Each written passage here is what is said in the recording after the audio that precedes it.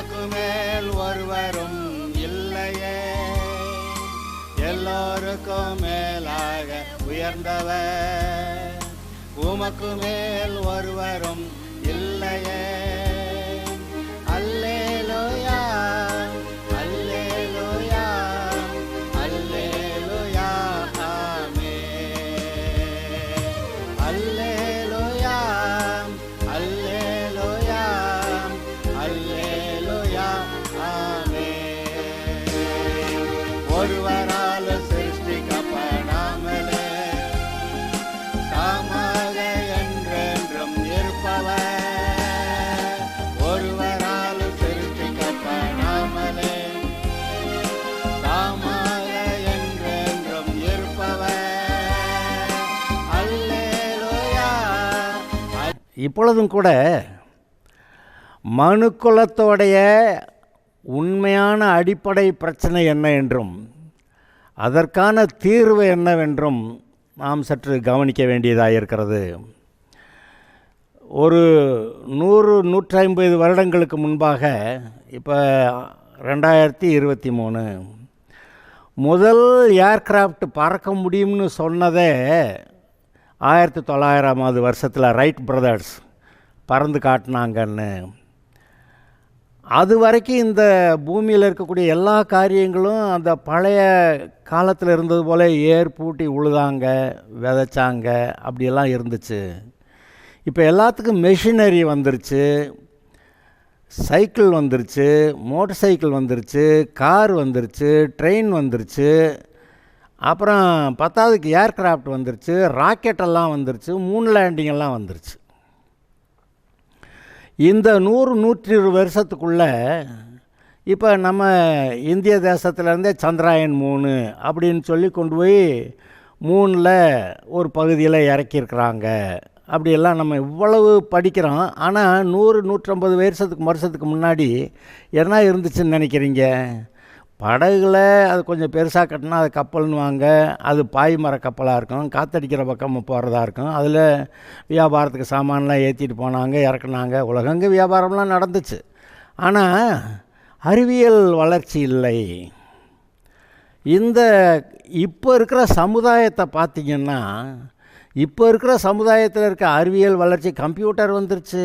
பைபிளில் சொல்லியிருக்கு, இந்த மாதிரி இந்த குறிப்பிட்ட முத்திரையை வாங்கிக்கலைன்னாக்க விற்கவும் வாங்கவும் முடியாதபடி செய்யும்னு. கடந்த காலங்கள் எந்த காலகட்டத்தில் இது மாதிரி வாய்ப்பு இல்லை. ஆனால் இப்போ இந்த கம்ப்யூட்டர் வந்துருச்சு, அடையாள அட்டை கொடுத்துட்டாங்க, நம்பரை நெத்தியிலையும் கையிலையும் போட்டுருவேன்றாங்க. இன்னும் அது ஒன்று தான் நடக்கலை.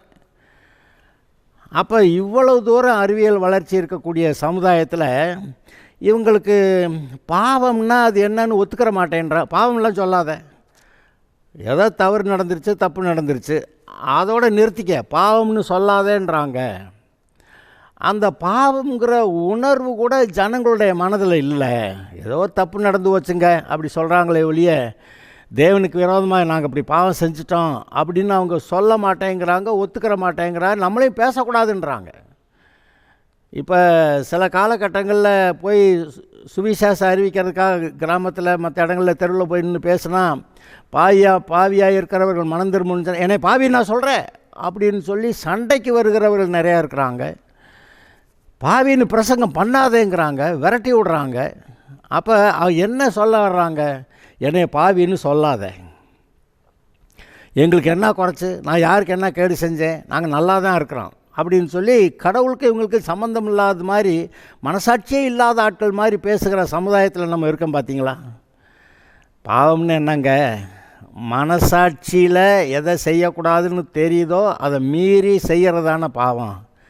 இந்த மனசாட்சிங்கிறது என்னது? கடவுள் நம்முடைய இருதயத்தில் வச்சுருக்கிறது. மனசாட்சி இல்லாத ஒரு ஆளை நீங்கள் எங்கேயாவது பார்க்க முடியுமா? எங்கேயும் இல்லை. அப்போ மனசாட்சியே ஒன்று நம்மக்கிட்ட கொடுத்து, நீ ஒழுங்காக நடக்கிறியான்னு பார்த்துக்க, நீ ஒழுங்காக நடக்கணும், நீ தப்பு செய்யக்கூடாது அப்படின்னு சொல்லி கடவுள் எல்லாருடைய இருதயத்துலேயும் ஒரு மனசாட்சியை ஒரு மிஷினை ஃபிட்டப் பண்ண மாதிரி உள்ளே ஃபிட்டப் பண்ணி வச்சுருக்கிறாரு இருதயத்தில். ஆனாலும் இவங்க என்ன பண்ணுறாங்க? மனசாட்சியெல்லாம் பற்றி பேசாத, நாங்கள் எது சரி தப்பு ரைட்டுன்னு சொல்கிறோமோ அதுதான் கணக்கு, இந்த மனசாட்சி பேசுகிறதெல்லாம் கேட்க முடியாது அப்படின்னு சொல்லி இவர்கள் ஒரு சட்டத்தை இயற்றிக்கிறாங்க. எங்கள் ஊர் வழக்கம், எங்கள் ஊர் சட்டம், எங்கள் ஜாதி பழக்கம், எங்கள் இப்படியெல்லாம் சொல்லிடுறாங்க. அப்போ இவங்களுக்கும் கடவுளுக்கு இருக்கிற கனெக்ஷனை வெட்டிக்க முயற்சிக்கிறாங்க. ஆனால் அந்த மனசாட்சி விடாது அவங்கள. என்ன தப்பு பண்ணாலும் சின்னதோ பெருசோ அது அவங்கள விடாது. கடைசியில் கர்த்தர் இந்த மனசாட்சியின் அடிப்படையில் தான் எல்லா மனுஷனையும் நியாயந்திருக்க போகிறாருன்னு பைபிளில் எழுதியிருக்கு. இந்த பைபிள் ஒன்றில் மட்டும்தான் பாவம் அப்படிங்கிற ஒரு வார்த்தை வருது. மற்ற இடங்களில் பாவங்கிற வார்த்தை வரமாட்டேங்குது. அப்போ இந்த பாவம்னா தேவனுக்கு விரோதமாக செய்யக்கூடிய செயல். அப்போ அந்த பாவத்திலேருந்து மனம் திரும்பணும்னு சொல்லியிருக்கே, அதெல்லாம் இப்போ இருக்கிறவங்களுக்கு, உலகத்து மக்களுக்கு அதெல்லாம் அங்கீகரிக்க முடியலை. ஏன் உலகமெங்கு இருக்கக்கூடிய மதங்களில் கிறிஸ்தவ மதத்தில் இருக்கிறவங்க தான் எண்ணிக்கை அதிகம். 30% அதிகமாக கிறிஸ்தவ மதத்தில் இருக்கிறவங்க இருக்கிறாங்க.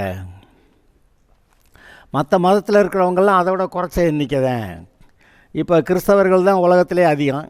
அப்புறம் அடுத்த லெவலில் எடுத்துக்கிட்டிங்கன்னா இஸ்லாமியர் வருவாங்க. அதுக்கடுத்த லெவலில் பார்த்திங்கன்னா இந்துக்கள் வருவாங்க. இந்துக்களோட போட்டி போட்டுக்கிட்டு சீனர்கள், அவங்க என்ன கன்ஃபியூஷியஸ் மதம், அப்புறம் அவங்க அந்த முன்னோர்கள் வழிபாடு அதில் இருக்கிறவங்க. அப்போ இதெல்லாம் கணக்கு பார்த்திங்கன்னாக்க 30% 33% இது வந்து ரொம்ப அதிகமான கிறிஸ்தவர்கள் இருக்கு. இவங்களே, இந்த கிறிஸ்தவர்களே மனசாட்சியெல்லாம் பேசாதீங்க அப்படி சொல்லிடுறாங்க. அவங்களே ஒரு பெருங்கூட்டம் தங்களுக்கென்று ஒரு சட்டத்தை வகுத்து கொண்டார்கள். இப்படி தான் இருக்கும் அப்படின்னு சொல்லிட்டாங்க. நம்ம செத்தா பரலோகம் போகணும் அப்படின்னு சொல்ல, இல்லை நாங்கள் பரலோகம் போகாட்டி பரவாயில்ல, உத்தரிக்க தான் போவோம் அப்படின்னு சொல்லிடுறாங்க. நம்ம அதை வந்து குறை சொல்லலை, குற்றம் சொல்லலை. ஆனால் இப்படி ஒன்று இருக்கே, எப்படி இந்த மாதிரி நிலைமை வந்துச்சு, கடவுள்கிட்டருந்து எப்படி நாம் பிரிக்கப்பட்டோம், எப்படி நாம் பாவின்னு ஆக்கப்பட்ட நிலைமையில் இருக்கிறோம். பாவியாக இருக்கிறவன் பரலோகம் போக முடியாது. பாவிக்கும் பரலோகத்துக்கும் சம்மந்தம் இல்லை, பாவிக்கும் கடவுளுக்கும் சம்மந்தம் இல்லை.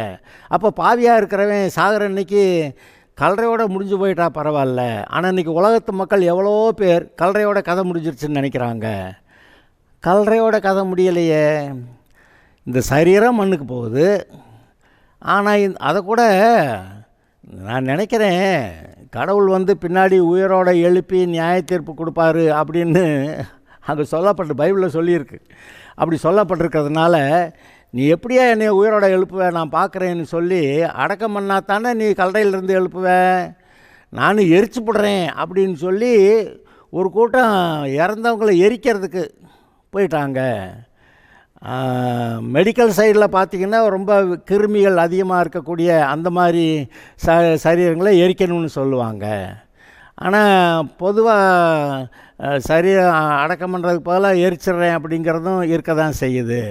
கல்லறை இல்லாமல் எரிச்சிட்டாங்கங்கிறது அது வேறு. இப்போ அந்த மாதிரி மின்சாரத்தில் அந்த எரியூட்டு நிலையமெல்லாம் நிறையா வந்துருச்சு. அதனால் போகிறதெல்லாம் வழக்கு அதிகமாகிருச்சு. ஆனாலும் அடிப்படையிலே ஒன்று இருந்ததே, அது என்ன? மனிதனுடைய சரீரம் மறிக்க முடியும், ஆனால் அவனுடைய ஆத்மா, அந்த ஆத்மாவுக்கு சாவு இல்லையே.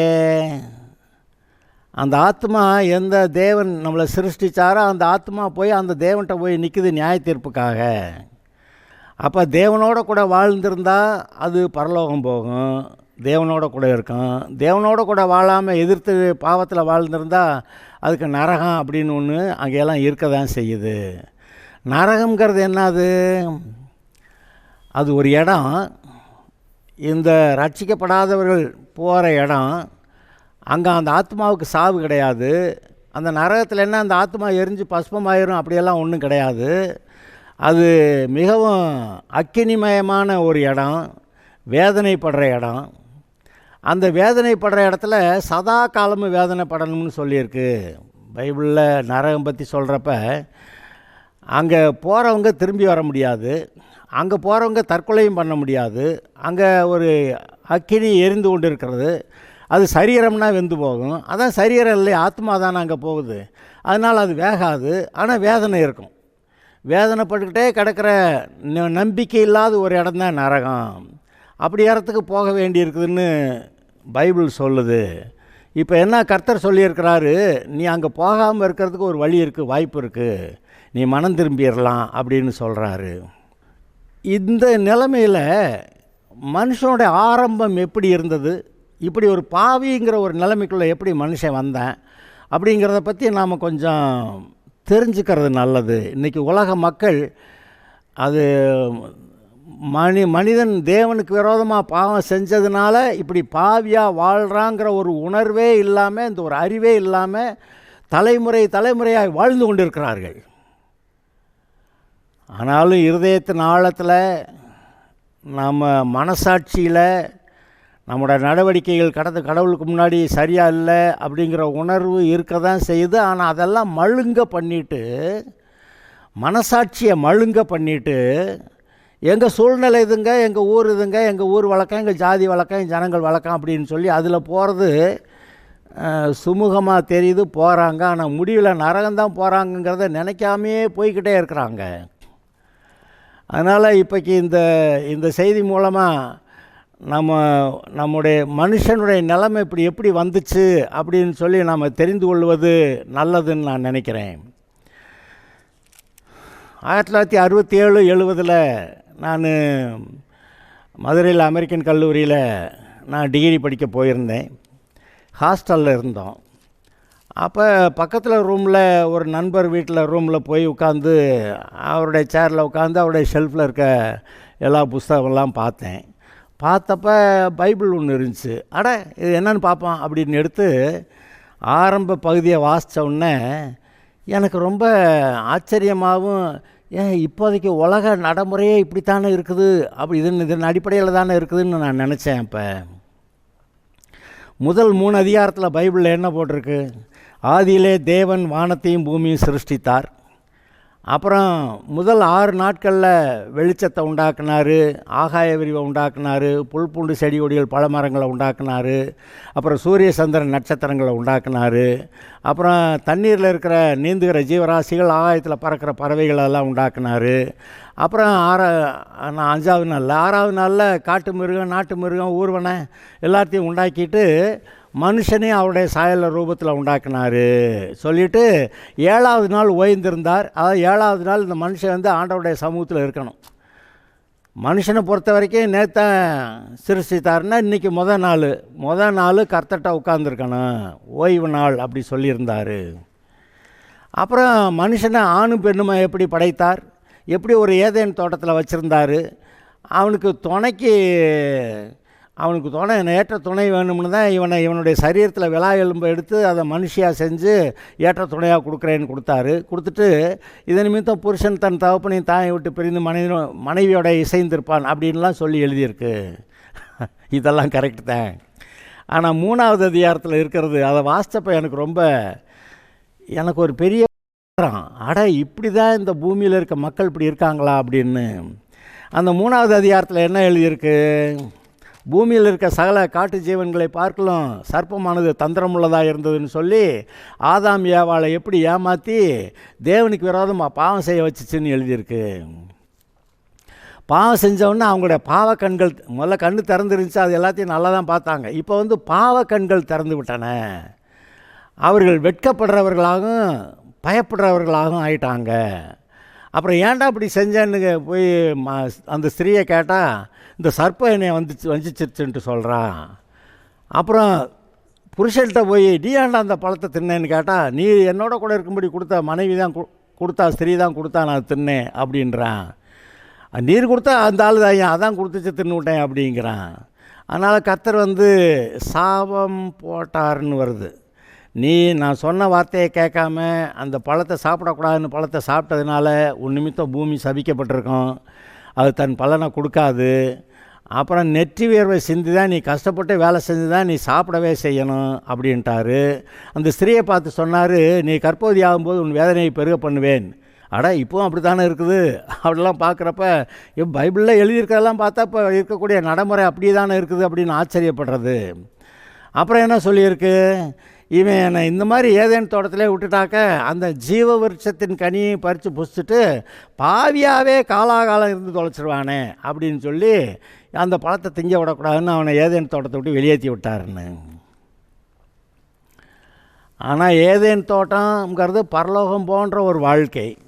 அப்படி பரலோகம் போன்ற ஒரு வாழ்க்கையில் இழந்துட்டாங்கன்னு போட்டிருக்கு. இப்போ பாவியாக இருக்கிற மனிதர்களுடைய நிலைமையை நீங்கள் இப்போ பார்த்தீங்கன்னா, இந்த மனதில் எவ்வளவு சமாதானமாக சந்தோஷமாக ஆண்டவர் உண்டாக்கியிருக்கிற இந்த பூமியில் ஏதேன் தோட்டம் போல் அழகான பரலோகம் போன்ற அந்த அந்த தோட்டத்தில் இன்றைக்கி இவங்க அப்படி இருந்து பாவம் செய்யாமல் இருந்திருந்தாங்கன்னா எப்படி நல்லா இருந்திருக்கும், சமாதானமாக இருப்பாங்க, சந்தோஷமாக இருந்திருப்பாங்க, குடும்பங்கள் நல்லா இருந்திருக்கும், தேவனோட கூட ஐக்கியம் இருக்கும், அவருடைய முழு ஆசீர்வாதம் இருக்கும்.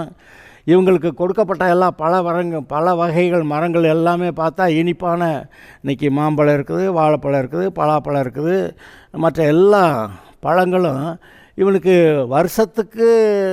வருஷம் பூரா ஒரே மாதிரி பழம்னா கூட என்ன எப்போ பார்த்தாலும் கிரேப்ஸ் தானா அப்படின்னு சொல்லி அது நமக்கு பழகினதுனால அது சப்புன்னு போயிடுது. அதனால் ஆண்டவர் என்ன பண்ணியிருக்கிறாரு, வருஷத்தில் 12 மாதத்துலேயும் 12 விதமான கனிகள்லாம் கொடுக்குறேங்கிற மாதிரி பலவிதமான கனிகள் டேஸ்ட்டு காலத்துக்கு ஒருக்கா ஒரு டேஸ்ட்டு போட்டு கொடுக்குறாரே, இதெல்லாம் இருக்க தான் செய்யுது. இதெல்லாம் பாவம் இல்லாமல் வாழ்ந்திருந்தா, குற்ற மனசாட்சி இல்லாமல் இருந்தால் இந்த வாழ்க்கை எவ்வளோ நல்லா இருந்திருக்கும். ஆனால் இப்போ மனுஷன் குற்ற மனசாட்சியோட கடவுள் முன்னாடி நிற்க நமக்கெல்லாம் தகுதி இல்லைப்பா அப்படின்னு சொல்கிற நிலைமையில், அப்புறம் பாவம் செஞ்சிட்டோம்ல நரம் போய் தானே ஆகணும், தண்டனை நியாய தீர்ப்பு வரத்தானே செய்யும், தண்டனை வந்து தானே ஆகும் அப்படிங்கிற ஒரு மனநிலையில் இதெல்லாம் இருக்குது. ஆனால் அதெல்லாம் கண்டுக்கிறாமல் இருக்கிறாங்க. இதெல்லாம் உள்ள நிதானித்து பார்த்தா தெரியும். ஆனால் அதை பற்றி சட்டம் பண்ணாமல் நம்ம இப்போ இருக்கிற வேலையை பாரியா, இந்த வேலைக்கு போகணும், சம்பாதிக்கணும், நம்ம நல்லா இருக்கணும், அவனை காட்டில் நம்ம பெரிய ஆள் ஆகணும், மோட்டர் சைக்கிள் வச்சுருந்தா நம்ம கார் வாங்கணும், கார் வச்சுருந்தா நம்ம ரயில் வாங்கணும். இப்படி போட்டியில் தான் உலகம் ஓடிக்கிட்டு இருக்கே ஒழிய, எழுத்த வீட்டுக்காரன் பிள்ளை 400 மார்க் எடுத்துருச்சா, நீ 410வது எடுக்கணும் அப்படின்னு சொல்லி போட்டியில் போட்டு இந்த பிள்ளைகளை போட்டு அலட்டு எவ்வளோ பயங்கரம் பார்த்தீங்களா. நல்லா படிக்கட்டுங்கிறது வேறு, அவனோட அதிகமாக வாங்கணுங்கிறது அதை விட மோசம். அப்போ இவங்க திறமையெல்லாம் வெளிப்படுத்தலாம், ஆனால் பாவம் இருக்கும்போது இந்த பிள்ளைய தன்னுடைய திறமையை வெளிப்படுத்தவும் முடியலை. அந்தந்த குடும்ப பின்னணியில் அங்கே இங்கே இருக்கக்கூடிய பாவங்கள் அளவை பொறுத்து அந்த பிள்ளை மன தெளிவோடு இருக்குதா இல்லை அசம்பந்தமாக இருக்குதா அப்படிங்கெல்லாம் நமக்கு பார்க்க முடியுது. ஸ்கூலில் கிளாஸில் பார்த்திங்கன்னா சில 1-2 பிள்ளைங்க நல்லா படிக்குங்க, அப்புறம் நிறைய பேர் ஆவரேஜ் லெவலில் இருப்பாங்க. ஒரு சில பிள்ளைய மட்டும் ஒரு தடவைக்கு 2 தடவை சொல்லணும், இல்லாட்டி 10 தடவை சொல்லணும், இல்லாட்டி டியூஷன் வைக்கணும். அப்போ ஏன் இதெல்லாம் வருது? எல்லாத்துக்கும் மூளை இருக்குது, எல்லாத்துக்கும் அறிவு இருக்குது, எல்லோரும் படிக்கலாம், எல்லோரும் நல்ல பேருக்கு வாங்கலாம். ஆனால் அங்கே ஏதோ இந்த பாவத்தின் அளவுகள் நிமித்தம் அது அங்கே படிப்பில் கூட வித்தியாசம் இருக்குது, செய்கிற வேலைகளில் வித்தியாசம் இருக்குது, ஞானத்தில் வித்தியாசம் இருக்குது, வாழ்க்கையில் முன்னேறதில் வித்தியாசம் இருக்குது, முடிவில் மறிக்கிற அன்னைக்கு போகிற இடத்துலையும் வித்தியாசம் வந்துடுது. இங்கே இந்த பூமியில் மனசாட்சி நிமித்தம் கர்த்தர் பேசுகிறது நமக்கு தெரியுது. நீ மனம் திரும்பு, பாவத்தை விட்டு வா, என் கூட வந்துரு அப்படின்னு ஆண்டவர் சொல்கிறது தெரியுது. அதுவும் இல்லாமல் மனுஷனுடைய பாவத்துக்கு தேவன் தம்முடைய குமாரனை அனுப்பி சிலுவையில் பரிகாரம் செஞ்சது. பாவத்தின் சம்பளம் மரணம். அது அவர் என்ன பண்ணுறாரு, அந்த மரணத்தை நான் ஏற்றுக்கிறேன், நீ மனம் திரும்பி ஒழுங்காக வந்துட்டாக்கா கடவுள் உன்னை தான் பிள்ளைய ஏற்றுக்கிடுவார் அப்படின்னு சொல்லிக்கிட்டு அவர் வர்றாரு. இதெல்லாம் பூமியில் நடக்கிறத நீங்கள் பார்க்குறீங்களா இல்லையா? இப்படி ஒரு கடவுள் இருக்கிறது தெரியுது. அப்புறம் இன்னும் எவ்வளவோ ஏகப்பட்ட கடவுள்கள் இருக்கிறாங்க. கடவுள் நீ அந்த தெய்வத்தை கும்பிடக்கூடாது, இந்த தெய்வத்தை கும்பிடக்கூடாதுன்னெலாம் அவர் சொல்லலை. நீ எதை வேணாலும் செய்யலாமியா, நான் உனக்கு சுயாதீனம் கொடுத்துருக்கேன், ஃப்ரீ வில் சுயாதீனம் கொடுத்துருக்கேன், உன் இஷ்டப்படி நீ வாழலாம். ஆனால் இஷ்டப்படின்னு சொல்லிக்கிட்டு கிணத்துல விழுந்தா அது நல்லதா? என் இஷ்டம் நான் தூக்கு போட்டு சாவேன் நல்லதா? என் இஷ்டம் நான் ரயிலில் விழுந்து சாவேன் நல்லதா? என் இஷ்டம் நான் மருந்தை குடிச்சு சாவேன் நல்லதா? கடலில் விழுந்து சாவேன் நல்லதா? சாகாத நல்லாருன்னு சொல்கிறார். ஏமா சுயாதீனம் எதுக்கு? நல்லா வாழ்கிறதுக்கு. ஏன்னா நான் விருப்பப்பட்ட படிப்பு படிக்கலாம், நான் விருப்பப்பட்ட வேலைக்கு போகலாம், நான் விருப்பப்பட்ட பொண்ணு மாப்பிள்ளையை கல்யாணம் பண்ணலாம், நான் விருப்பப்பட்ட ஊரில் குடியிருக்கலாம், நான் விருப்பப்பட்ட மாதிரி வீடு வாசலை வச்சுக்கிறலாம், நான் விருப்பப்பட்ட மாதிரி வேலையிலேருந்து நல்லா சம்பாதிச்சு எல்லா ஜனங்களுக்கு முன்னாடி நம்மளும் சமுதாயமாக அன்பாக இருந்து ஒரு நல்ல சமுதாயத்தில் நம்ம வாழலாம்.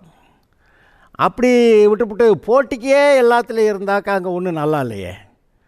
அப்போ மனுஷனுடைய மனசு எங்கேயே கெட்டு போச்சே. உண்மையான ஒரிஜினல் கண்டிஷன் தெரியலப்பா. அதை தான் சொல்ல வர்றேன். ஒரிஜினல் கண்டிஷன் என்னது? மனுஷன் கடவுளை உண்டாக்கினப்ப அவர் சாயலில் அவருடைய ரூபத்தில் கடவுள் மாதிரியே நம்மளை உண்டாக்கியிருக்கிறார். ஒரு விதத்தில் சொல்லப்போனால் கடவுள் ஆவியாக இருக்கிறாரு, மனுஷனுக்கு ஒரு சரீரத்தை கொடுத்தாரு.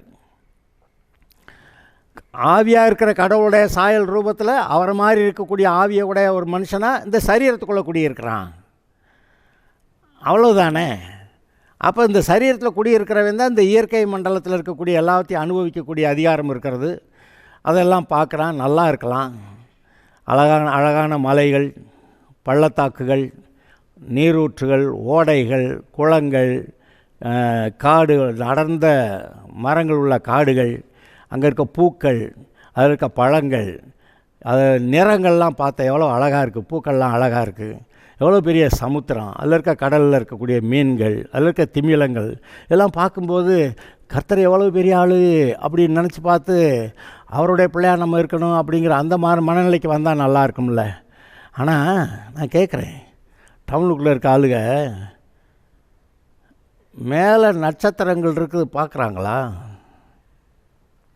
நட்சத்திரங்கள் இருக்கிறத கூட பார்க்கல, சந்திரன் வர்றதை கூட பார்க்கல. இருட்டுனாக்கா அவ்வளவுதான், லைட்டை போட்டுருவாங்க, வேறு எதுவுமே தெரியாது. பகலில் சூரியன் அவ்வளோ பிரகாசமாக வர்றதுனால, வெயில் அடிக்கிறதுனால சூரியனை மட்டும் பார்த்துடுறாங்க. ஆனால் எப்படி மக்கள் மாறிட்டாங்க? கடவுள் உண்டாக்குனதை பார்க்கக்கூட முடியல. செடி கொடி ஆமாம் அப்படி தான் வரும் அப்படி சொல்லிடுறாங்க. அந்த இலைகள் அதில் சூரிய வெளிச்சம் பட்டு இங்கே இருக்க கார்பன் டை ஆக்சைடு தண்ணியெல்லாம் எடுத்து வச்சுக்கிட்டு மண்ணிலிருந்து சத்து பொருள்லாம் எடுத்து நமக்காக சாப்பாடெல்லாம் இந்த செடிகள் தயாரிக்குதுங்கிறத அதை நினைக்கல. அது இப்படி வெள்ளாமல் போட்டால் அது அறுவடை வரும், 3 மாதத்தில் வரும், 6 மாதத்தில் வரும், அப்படி விளைக்கும், அப்படி அதோடு போயிடுறாங்க. இதெல்லாம் உண்டாக்குன கடவுள் யாருன்னு இப்போ நினைக்கிறதுக்கு நேரம் இல்லை. இப்போ நான் என்ன சொல்கிறேன், நம்மளை உண்டாக்குன கடவுளை பற்றி நினைக்கணும். கடவுள் எப்படி உண்டாக்கியிருந்தார், இவன் எப்படி மாறிக்கிட்டான், இந்த பாவம்ங்கிற ஒன்றை செஞ்சு எப்படி தன்னை கடவுளுடைய சாயல ரூபத்தில் இல்லாமல் மாற்றிக்கிட்டான். இவன் குற்ற மனசாட்சி உடையவனாக இருக்கான், தாழ்வு மனப்பான்மை உள்ளவனாக இருக்கிறான், கடவுள் முன்னாடி நிற்க தகுதி இல்லாதவனாக இருக்கிறான், நியாய தீர்ப்பு நரகம் போகிற நிலமையில் இருக்கிறான். ஆனால் இதெல்லாம் மாற்ற முடியுமே? இப்போ ஏதோ ஒரு தப்பு நடந்து போச்சு, சரி இப்போ சரி பண்ணியா? அதை தான் ஆண்டவர் கேட்குறாரு. அன்னைக்கு நீ என் கட்சியிலேருந்து பிசாசு கட்சிக்கிட்ட போயிட்ட, நீ இப்போ நீ பிசாசு கட்சியிலேருந்து என்கிட்ட வந்துரு, அந்த பாவ கட்சியிலேருந்து அந்த பிசாசு கட்சியிலேருந்து என்கிட்ட வந்துரு அப்படின்னு ஆண்டவர் கூப்பிட்றாரு. அதுதான் மனம் திரும்பி இயேசுவை ஏற்றுக்கொள்ளுங்கிறாரு. ஏன் இயேசுவை ஏற்றுக்கணும்? இவர் ஒருத்தர் தான் நம்ம பாவத்துக்கு பரிகாரம் பண்ணாலும், பாவத்தின் சம்பளம் மரணம். இவர் சொல்கிறார், உன் பாவத்துக்கான தண்டனையெல்லாம் நான் ஏற்றுக்கிறேன், நான் சிலுவையில் போய் அந்த தண்டனை நான் ஏற்றுக்கிறேன், நீ மனம் திரும்பி இயேசுநாட்டை வந்துட்டேன்னாக்கா அது இந்த ஆண்டவர்கிட்ட வந்துட்டேன்னா அவர் நீ கடவுளுடைய பிள்ளையாவே ஆக்கிடுவேன்றாரு, நீ பரலோகம் போகலான்னு அவர் சொல்லிகிட்டு இருக்கிறாரு. அதை நினைக்கணும்.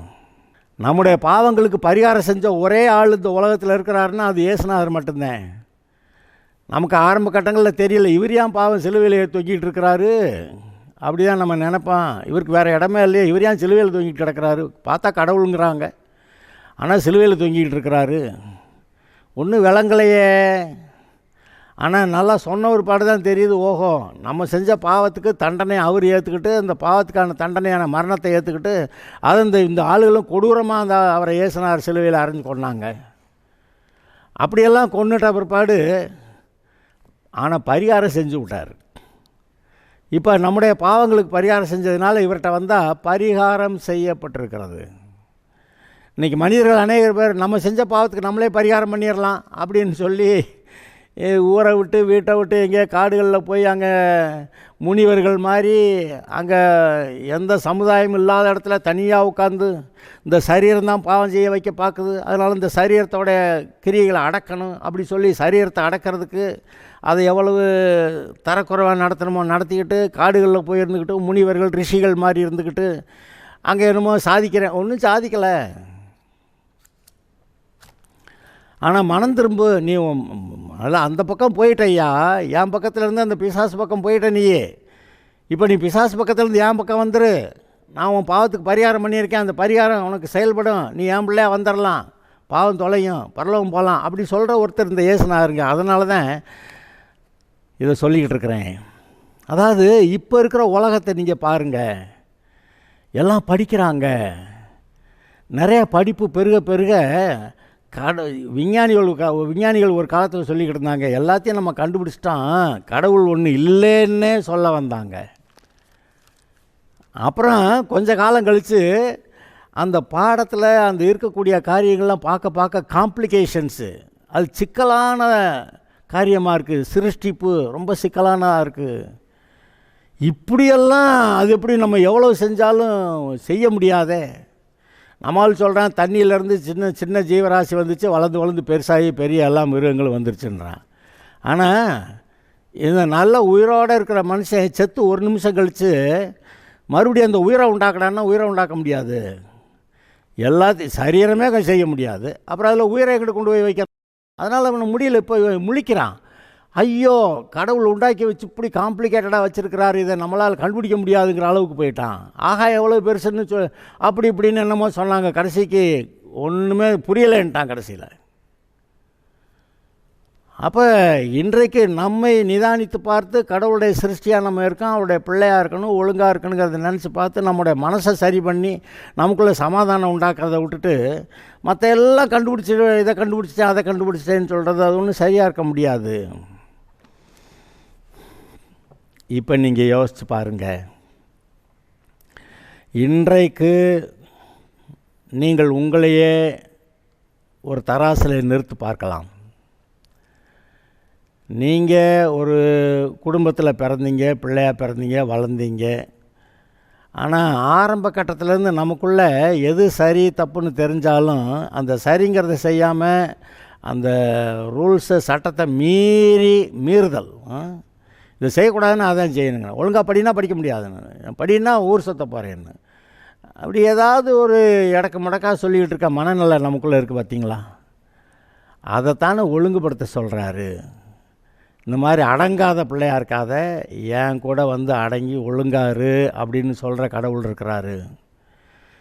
எப்படி வேணாலும் வாழலான்னு மக்கள் நினைக்கிறாங்க, அப்படியெல்லாம் இருக்க முடியாது, இப்படி தான் வாழணும்னு கடவுள் சொல்கிறாரு. இது எல்லாமே நான் சும்மா சொன்னால் நான் ஒத்துக்கிற மாட்டீங்க. ஆனால் உங்கள் இருதயத்துக்குள்ள மனசாட்சின்னு ஒன்று இருக்குல்ல, நீங்கள் அதை ஒத்துக்கிறாமல் போக முடியாது. உங்கள் மனசாட்சியோட மீறி உங்களால் எதுவும் செய்ய முடியும்? செய்யலாம், ஆனால் மீறி அதிகமான குற்றச்செயல்களுக்குள்ளே தான் போக முடியுமே ஒழிய அதிலேருந்து திரும்பி வர முடியாது. அதனால் நிதானிங்க. இப்போ நான் இதை எதுக்கு சொன்னேன், அங்கே போய் பக்கத்தில் நண்பருடைய வீட்டில் ரூமில் உட்காந்து பைபிள் அடித்து படித்தோடனே, ஐயே இந்த உலகம் எப்படி தான் இருக்குதுங்கிறதுக்கு இதாண்ட அடிப்படையில் அங்கே இருக்குதுன்னு பார்த்தனே. அதுபோல் நம்ம எல்லோரும் பார்க்கணும், நம்ம எப்படி இந்த உலகத்தில் வந்தோம், எப்படி கடவுளுடைய பிள்ளையாக சிருஷ்டிக்கப்பட்டோம், ஆனால் இப்போ எப்படி பாவிங்கிற ஒரு நிலைமையில் வாழ்ந்துக்கிட்டு இருக்கிறோம்.